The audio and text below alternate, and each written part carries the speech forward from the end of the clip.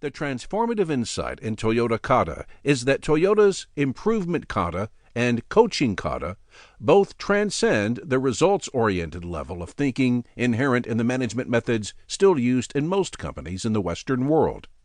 The findings in Toyota Kata confirm my own interpretation of what I observed so often in Toyota operations since my first study mission to Toyota's giant facility, TMMK, in Georgetown, Kentucky, in 1992. What distinguishes Toyota's practices from those observed in American and other Western companies is their focus on what I call managing by means, or MBM, rather than managing by results, or MBR. As far back as 1992, I learned from President Fujio Cho and members of his management team at Georgetown that Toyota steadfastly believes that organizational routines for improvement and adaptation, not quantitative financial targets, define the pathway to competitive advantage and long-term organizational survival. In this era, business organizations also have a great influence on the nature of society. How these organizations operate, and especially the ways of thinking and acting they teach their members, define not only the organization's success, but great swaths of our social fabric as well. While a rapid advance of knowledge about human behavior is now underway, those scientific findings are still too far removed from the day-to-day operation of our companies. Business organizations cannot yet access and use them to their benefit in practical ways. Because Toyota Kata is about developing new patterns of thinking and behavior in organizations, it provides a means for science to find application in our everyday lives.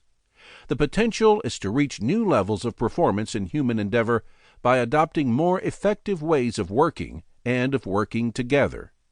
In my opinion, the greatest change Mike Rother's Toyota Kata can bring to the non-Toyota business world is to replace traditional financial results-driven management thinking with an understanding that outstanding financial results and long-term organization survival follow best from continuous and robust process improvement and adaptation, not from driving people to achieve financial targets without regard for how their actions affect processes.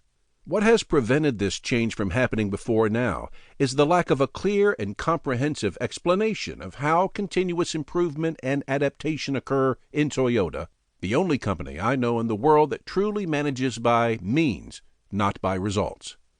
That explanation is now available to anyone who studies Mike Rother's findings and message in Toyota Kata. H. Thomas Johnson, Portland, Oregon, Spring 2009. Introduction: Transforming Our Understanding of Leadership and Management. Imagine you have a way of managing that generates initiative among everyone in the organization to adapt, improve, and keep the organization moving forward.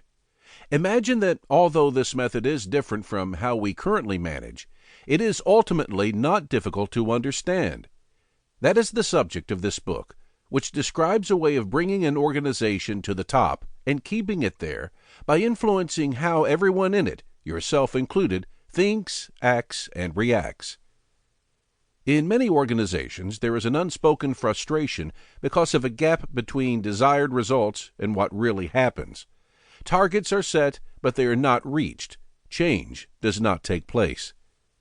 The music industry's major labels, for example, were broadsided by digital music downloads, even though the widespread popularity of compiling homemade mix cassettes, starting over 30 years ago, indicated that the market was there.